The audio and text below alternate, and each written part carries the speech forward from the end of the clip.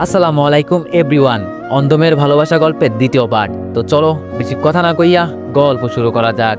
জানেন আপু, ও আমার এই অন্ধ হওয়ার সুযোগটা নিয়েছে। আমাকে বলে গেছে তুই তো আর দেখতে পারিস না, আমার আবার কি করবি। সত্যি তো তাই আপু, আমি ওর কি করব। আচ্ছা আপু, দেশে কি আর কোনো মেয়ে ছিল না? আমার সাথে কেন এটা করলো? আমি কি বড় কোনো অপরাধ করে ফেলেছি? অন্ধ হওয়াটা কি আমার দোষের কিছু? ওরা আমাকে বাঁচতে দিবে না, আমাকে বাঁচতে দিবে না আপু। রিয়া কান্না করতে করতে পুরো বেডটা ভিজে ফেলছে মনে হচ্ছে এই কথাগুলো বলে। আমি আর দাঁড়িয়ে থাকতে পারলাম না। রিয়ার কথা শুনে পাশের চেয়ারে বসে কান্না করতে লাগলাম। চোখ দিয়ে আপনা আপনি পানি পড়ছে। কি করলাম আমি এটা? নিজের ইচ্ছা মেটাতে একটা মেয়েকে আমি মেরে ফেললাম। সব স্বপ্ন শেষ করে দিলাম আমি ওর। আমার এই পৃথিবীতে বেঁচে থাকার কোনো মানে হচ্ছে না। সত্যি তো, আমি একটা অন্ধমের সব স্বপ্ন ভেঙে ফেললাম। পৃথিবীর সবচেয়ে নিকৃষ্ট মানুষ হচ্ছে আমি। আপু নিজের চোখের পানি মুছে রিয়াকে বলল, কান্না করিও না, সব ঠিক হয়ে যাবে। আমি তোমার ধর্ষণকারীকে খুঁজে বের করব। রিয়া আপুকে বলল, আপনার খুঁজে বের করতে হবে না আপু, আপনি বলছেন এটাই অনেক বেশি। আমি জানি ভাইয়া সব খুঁজে বের করবে। আর বাবা আজকে আসছে, জানি না কি হয়। উনি এখানকার কাউকে ছাড়বে না, এটা আমি জানি। এখনই সেনাবাহিনীর মেজর আর এখন আর খুব রাগ। বাবাকে কিভাবে যে কন্ট্রোল করব সেটাই চিন্তা করছি আপু। এর মাঝে আপুর ফোন এলো। আপু ফোনটা হাতে নিয়ে বলল, রিয়া আমি একটু কথা বলে আসি কেমন? তুমি আমার ছোট ভাইয়ের সাথে কথা বলো। দীপু রিয়ার পাশে বস।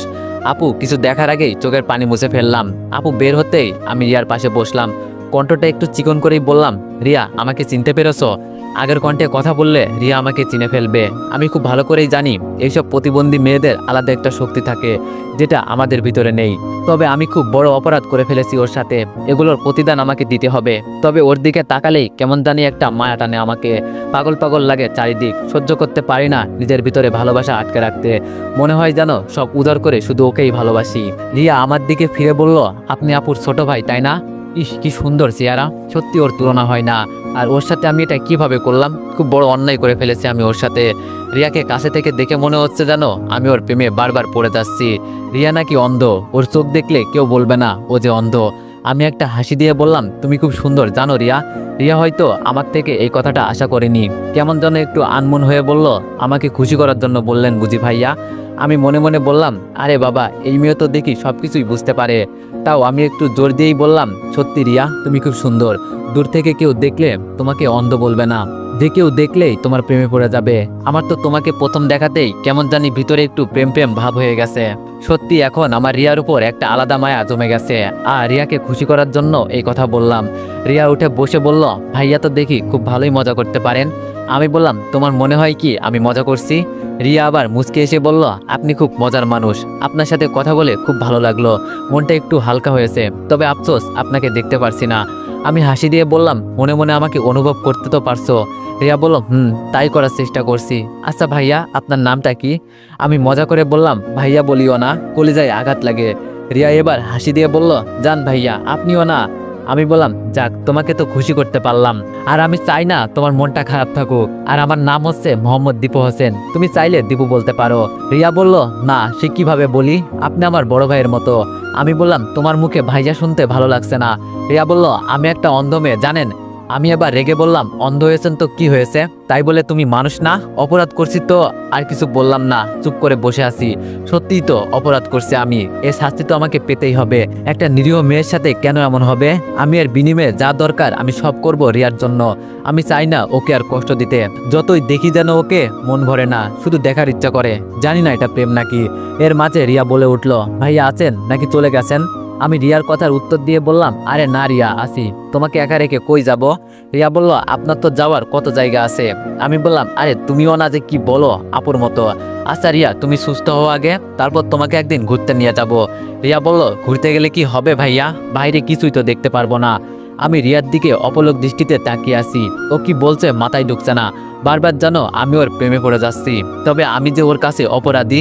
যদি রিয়া কখনো এই কথা জানতে পারে, কখনো হয়তো আমার সাথে কথা বলবে না। মাফ করবে তো দূরের কথা, দূর থেকে দেখেই আমাকে ঘৃণা করবে। এর মাঝেই হঠাৎ করে রিয়ার ভাই রুমে ঢুকলো। তার মানে এই আপদ এখনো বিদায় হয় নাই। যেখানে বাঘের ভয় সেখানে নাকি সন্ধ্যা হয়। আমারও এখন তাই মনে হচ্ছে। আমি বসা থেকে দাঁড়িয়ে গেলাম। রিয়া আবার আমাকে খুঁজতে খুঁজতে বলল, কি ব্যাপার ভাইয়া, আপনি একটু পরপর কোথায় চলে যান, কথা বলেন না কেন? আমি চুপ করে দাঁড়িয়ে আছি। রিয়ার ভাই আমার দিকে বড় বড় চোখে তাকিয়ে আছে, এমনকি আমার চারিদিকে গোল গোল করে ঘুরছে আর আমাকে দেখছে। আমার আজকে মনে হয় না যে বাঁচার মতো কোনো পথ খোলা আছে। একবার শুধু ওর হাত থেকে বেঁচে যাই। এই তো আপু এসে গেছে। আপু এসে রিয়ার ভাইকে প্রশ্ন করলো, কি ব্যাপার, আপনি আমার ভাইকে এভাবে ঘুরে ঘুরে দেখছেন কেন? আমি গিয়ে আপুর পিছনে দাঁড়ালাম। রিয়ার ভাই একটু চমকে উঠে বলল, এমনি দেখছি আর কি তোমার ভাইকে। আপু বলল, একটা কথা শুনেন, আমার ভাইয়াকে খারাপ মনে করবেন না। ও আমাদের কথা ছাড়া ঘর থেকে এক পাও নাড়ায় না।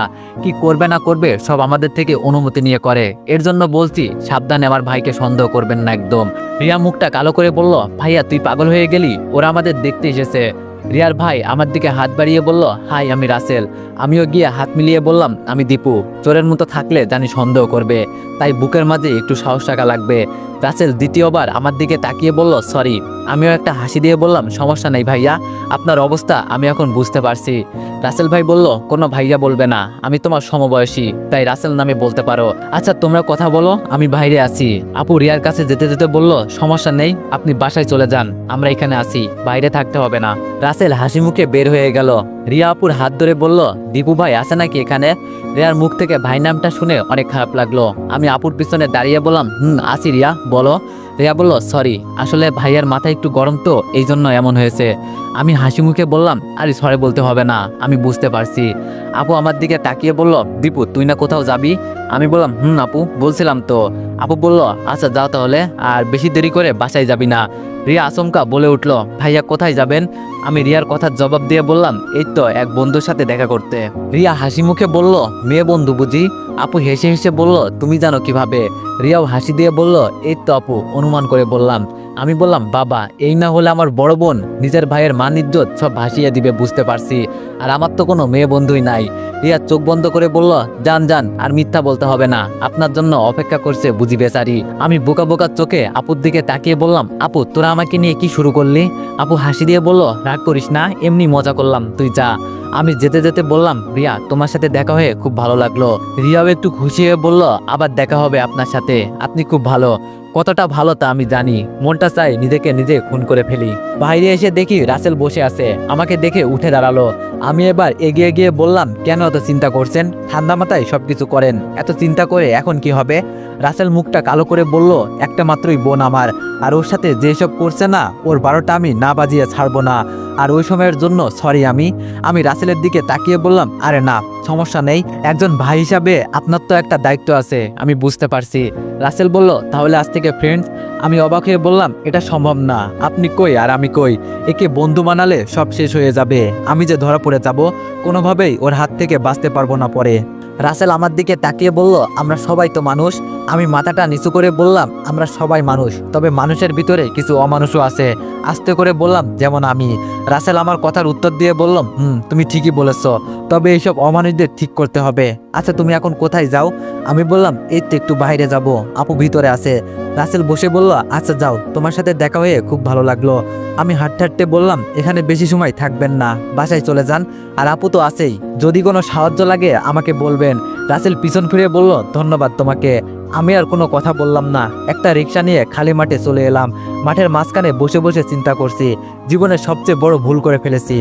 আচ্ছা আমার কি সব কিছু বলে দেওয়া উচিত? হয়তো, তবে এছাড়া আমার কাছে কোনো পথ নেই। সবাইকে বললে হয়তো আমি আর এই পৃথিবীতে থাকতে পারবো না। রিয়ার ভাই নইলে ওর বাবা আমাকে মেরে ফেলবে, নইলে আমাকে এখান থেকে পালাতে হবে। আমি তো অপরাধ করছি রিয়ার সাথে, ওর কাছে যদি মাপ চেয়ে নিই তাহলে কি আমাকে মাপ করবে রিয়া? হয়তো কোনো জীবনেও না। জানি একদিন না একদিন সবাই আমাকে চিনে ফেলবে যে আমি রিয়াকে ধর্ষণ করেছি। সেই দিনের মতো খারাপ অবস্থা হয়তো আমার থেকে কারো হবে না।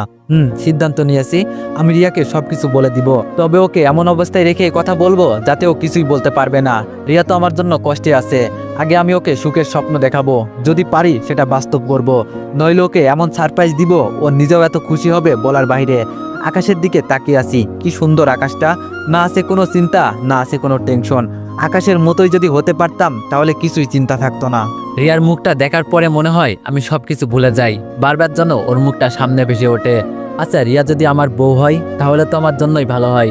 অপরাধ করছি আমি, এর মাসুল তো আমাকে দিতেই হবে। তবে রিয়া যদি এইসব জানে আমাকে হয়তো কখনোই বিয়ে করবে না। আমি রিয়ার প্রেমে পড়েছি, তবে সেটা ওকে বলা যাবে না। হঠাৎ ফোনের রিংটোনে ঘোর কাটলো, তাকিয়ে দেখি আমার গার্লফ্রেন্ড তানিয়া কল করেছে। রিসিভ করে বললাম, জান বলো। তানিয়া বলল, তুমি এখন কই গো? আমি একটু আনমনে বললাম, এই তো ফাঁকা মাঠে বসে আছি। তানিয়া বলল, আমাকে বলতা আমি চলে আসতাম। এখন এক কাজ করো, আমরা যে রেস্টুরেন্টে আড্ডা দিই মাঝে মাঝে সেখানে চলে আসো। তানিয়ার কথার উত্তর দিয়ে বললাম, আসছি, তুমি অপেক্ষা করো, আমি আসতেছি। ফোনটা রেখে মানি ব্যাগটা চেক করলাম, 1000 টাকার 5টা নোট পড়ে আছে। সব আজকে শেষ হয়ে যাবে বুঝতে পারছি। 1 বছর রিলেশন আমাদের, তবে এতটা ফিলিংস নাই ওর প্রতি আমার। কেমন জানি লাগে আমার কাছে এইসব। তবে ওর মুখের দিকে তাকিয়ে এই রিলেশনে আসি। আমি চলে গেলে তানিয়া অসহায় হয়ে যাবে। আমি জানি ওর পরিবার এতটা ধনী না। হেঁটে হেঁটে রেস্টুরেন্টে চলে গেলাম। ভিতরে গিয়ে দেখি তানিয়া ওর বেস্ট ফ্রেন্ডের সাথে বসে আছে।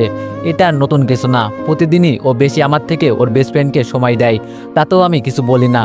তবে ইদানিং ওর ওপর আমার একটু সন্দেহ লাগে। কেমন কেমন জানি মাঝে মাঝে আমার সাথে অদ্ভুত আচরণ করে। আমি যেতেই ওর বেস্ট ফ্রেন্ড দাঁড়িয়ে তানিয়াকে বিদায় করে চলে যাচ্ছে। শালা রেস্টুরেন্টে এসে আমার উপর খেয়ে গেল। তানিয়া তো এক ফকির, কিছু খাওয়াতে পারে না। এক তো আমার উপর খায়, আবার ওর বেস্ট ফ্রেন্ডকেও। মনটা চাই মাঝে মাঝে। আমি গিয়ে তানিয়ার পাশে বসতেই ও একটা হাত দিয়ে আমাকে জড়িয়ে ধরলো। আমি একটা হাসি দিয়ে বললাম, কি অবস্থা তানিয়া তোমার, ভালো আছো? তানিয়া একটু ভঙ্গি সুরে নাটক করে বলল, বাবু আমি তোমাকে ছাড়া কিভাবে ভালো থাকি বলো? তুমি আমাকে তো আজকে একবারও কল দিলে না, এজন্য আমি তোমার উপর রাগ করছি। মেয়েদের এসব অঙ্গি ভঙ্গি দেখলে শরীরটা জ্বলে যায়। এসব নাটক না করলে আমার মনে হয় ওরা থাকতে পারবে না। তাও একটু হাসি নিয়ে বললাম, বাবু আজকাল একটু বেশি বিজি থাকি। হঠাৎ তানিয়ার ঠোঁটের উপর নজর পড়ল। কেমন জানি লিপস্টিক এলোমেলো হয়ে ঠোঁটে লেগে আছে। তানিয়া আমার ঘোর কাটিয়ে বলল, কি দেখছো বাবু এমন করে আমার দিকে তাকিয়ে? আমি তানিয়াকে কিছু বুঝতে না দিয়ে বললাম, এই তো বাবু দেখছি তুমি কতটা সুন্দর। তানিয়া বলল, তাই নাকি? আচ্ছা চলো না আমরা খুব তাড়াতাড়ি বিয়ে করে নিই, আমার তো আর সহ্য হচ্ছে না। কি ব্যাপার আজকে হঠাৎ করে ও বিয়ের কথা বলতে কেন? মাথায় তো কিছুই ঢুকছে না। আমি একটু অবাক হয়ে বললাম, হঠাৎ বিয়ের কথা বলছো কেন তানিয়া? তানিয়া আমার একটা হাত জড়িয়ে বলল, কতদিন আর একা একা থাকবো বলো, তোমাকে ছাড়া আর ভালো লাগে না, তাই বলছি চলো না আমরা বিয়ে করে নিই। আমি তানিয়ার হাত ছাড়িয়ে বললাম, বিয়ে অনেক দেরি আছে, তুমি তো জানো আমার বড় ভাইয়ের বিয়ে সামনের সপ্তাহে, এরপর আমার বড় বোন আছে, সব ঝামেলা মিটিয়ে তারপর আমি বিয়ে করব। এটা বলতেই তানিয়া মুখটা কালো করে বলল, তাহলে তো অনেক পর, এতদিন আমি সহ্য করতে পারবো না বুঝলে বাবু। আমি তানিয়ার চোখের দিকে তাকিয়ে বললাম, যদি আমাকে ভালোবাসো তাহলে তো মানতেই হবে না বেবি। তানিয়া মন খারাপ করে বলল, আমি বললাম, মন খারাপ করলে নাকি তানিয়া? দেখো আমি এত তাড়াহুড়ো করে বিয়ে করতে পারবো না। তানিয়া দাঁড়িয়ে বলল, আচ্ছা তাহলে আমি আজকে আসি কেমন? এই মুহূর্তে ওয়েটার এসে বলল, ম্যাম বিলটা। তানিয়া আমাকে দেখিয়ে বলল, তোমার ছাড় দিয়ে দিবে। কি মেয়ে রে বাবা, লজ্জা শরম কিছুই নাই, আমাকে দেখিয়ে দিল। তুই খাবি খা, সাথে আরেকটা ক্যান নিয়ে আসিস। তানিয়া হাতে ইশারা করে বলল, আসি বাবু, কালকে দেখা হবে। তানিয়া চলে যেতেই আমি ওয়েটারকে ডেকে বললাম, এখানে আসো। ওয়েটার আমার কাছে এসে বলল, স্যার বলেন। আমি বললাম, তুমি তো জানো আমি এখানে মাঝে মাঝে আসি। ওয়েটার বলল, ভাইয়া। আমি ওর হাত থেকে বিলের কাগজটা নিয়ে বললাম, তোমার ম্যাম কি ওই ছেলের সাথে কিছু করার চেষ্টা করে? ছেলেটা জবাবে বলল, সরি স্যার, এসব বলতে মানা আছে, ম্যাম না করেছে। আমি ছেলেটার হাতে 500 টাকা দিয়ে বললাম, এখন বলো। ছেলেটা হাসি মুখে বলল, ওরা তো প্রতিদিনে আপনি চলে যাওয়ার পরেও আসে, আর একে অপরকে ওই যে কি যেন বলে, ও হ্যাঁ মনে পড়েছে, লিপকিস। ওরা একে অপরকে লিপকিসও করে। এটা শুনে আমার মাথা গরম হয়ে গেল। বেস্ট ফ্রেন্ড বানিয়ে আমাকে লুকিয়ে এইসব করে। ওয়েটারের বিলটা দিয়ে বসে আছি, আমার টাকা খেয়ে আমার সব কিছু খেয়ে বেঁচে আছে, আর আমার সাথেই ধোকা। দেখ আমি কি করি। হঠাৎ পিছন থেকে কে জানি ডাক দিল, দীপু। পিছনে তাকিয়ে দেখি বড় ভাই আর ভাই আর হবু বউ। আমি উঠে গিয়ে ওদের টেবিলে বসলাম। তবে ভাবির সাথে কিন্তু আমার খুব ভাব আছে, মানে উনি আমাকে খুব আদর করে। ভাবি আমাকে দেখে বলল, কি ব্যাপার দীপু, মন খারাপ? আমি ভাবির দিকে তাকিয়ে বললাম, একটু মন খারাপ না, অনেকটাই মন খারাপ। ভাইয়া আমার দিকে তাকিয়ে বলল, কি হয়েছে রে দীপু? সাথে ভাবিও তাল মিলিয়ে বলল, ভাই বল কি হয়েছে? আমি ভাবির দিকে তাকিয়ে বললাম, জানেন ভাবি, ইদানিং তানিয়ার ব্যবহার আমার কাছে ভালো লাগছে না। কেমন জানি অদ্ভুত অদ্ভুত ব্যবহার করে আমার সাথে। আমার গার্লফ্রেন্ড যা আছে এটা আমার পরিবারের সবাই জানে, আমিও বলে দিয়েছি। ভাবি একটা হাসি দিয়ে বলল, আরে পাগল, এই নিয়ে এত চিন্তা করো কেন? একটু খোঁজখবর নিয়ে দেখো, তাইলেই তো হয়। আমি দাঁড়িয়ে বললাম, আচ্ছা ভাবি তাহলে আজকে আসি, আপনাদের বিরক্ত করে লাভ নেই। ভাবি বলল, এখনই চলে যাবা? আমি বললাম, যেতে হবে, নইলে আপু পিঠের চামড়া তুলে নিবে। ভাইয়া আমাকে প্রশ্ন করলো, শুনছি তুই সকালে কিছু খেয়ে আসিস নাই, বস কিছু খেয়ে যা।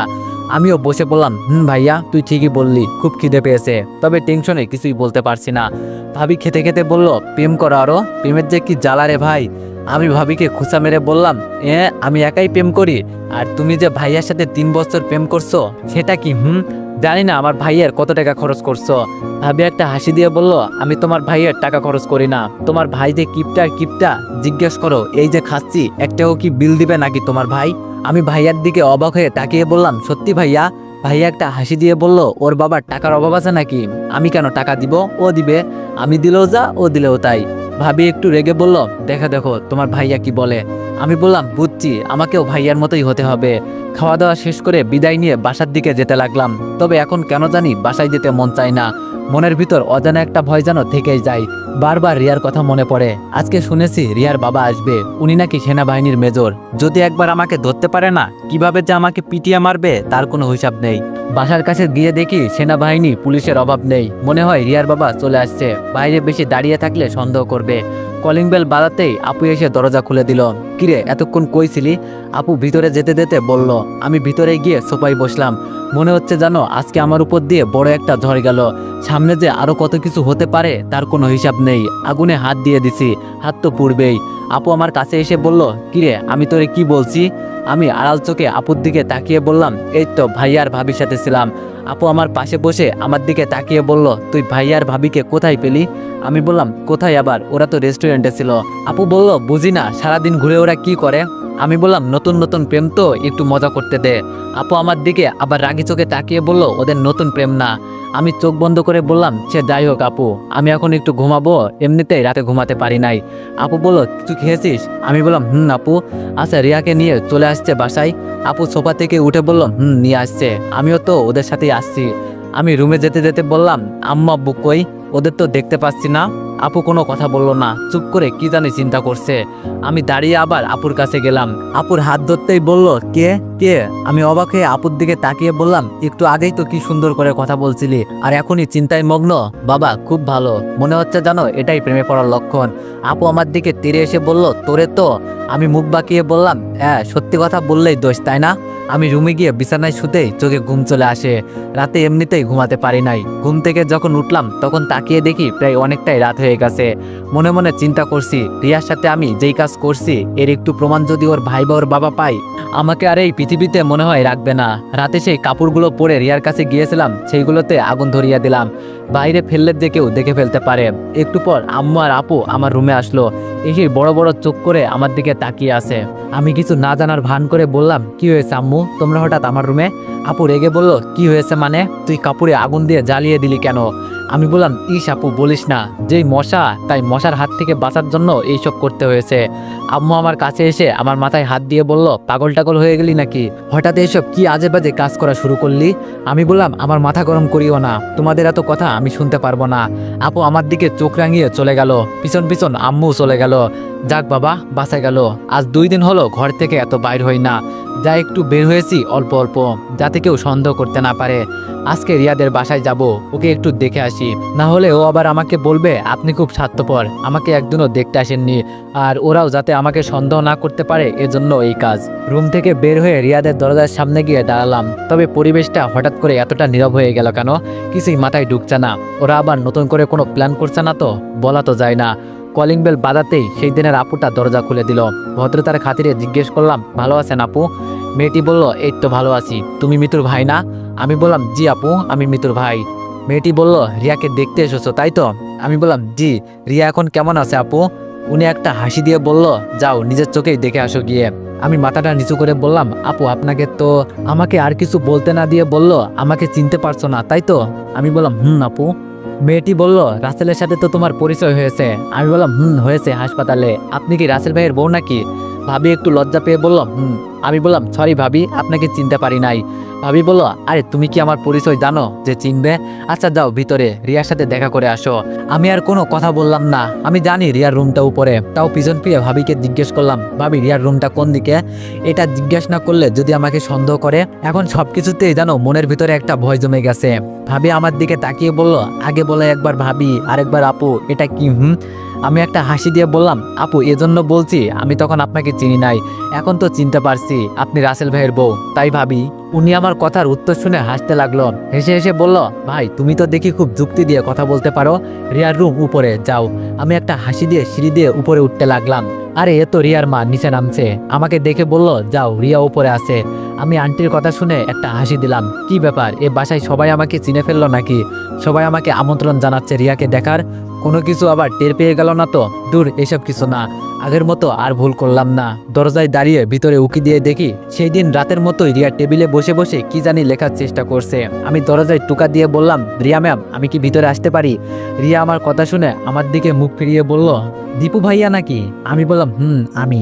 তো এভরিওয়ান, গল্পটি ছোট করার জন্য দুঃখিত, কারণ এইদিকে বৃষ্টি হইতাছে, যার কারণে গল্পটি একটু ছোট হয়েছে। তো যাই হোক, নেক্সট পার্টের জন্য অপেক্ষা করো। ধন্যবাদ।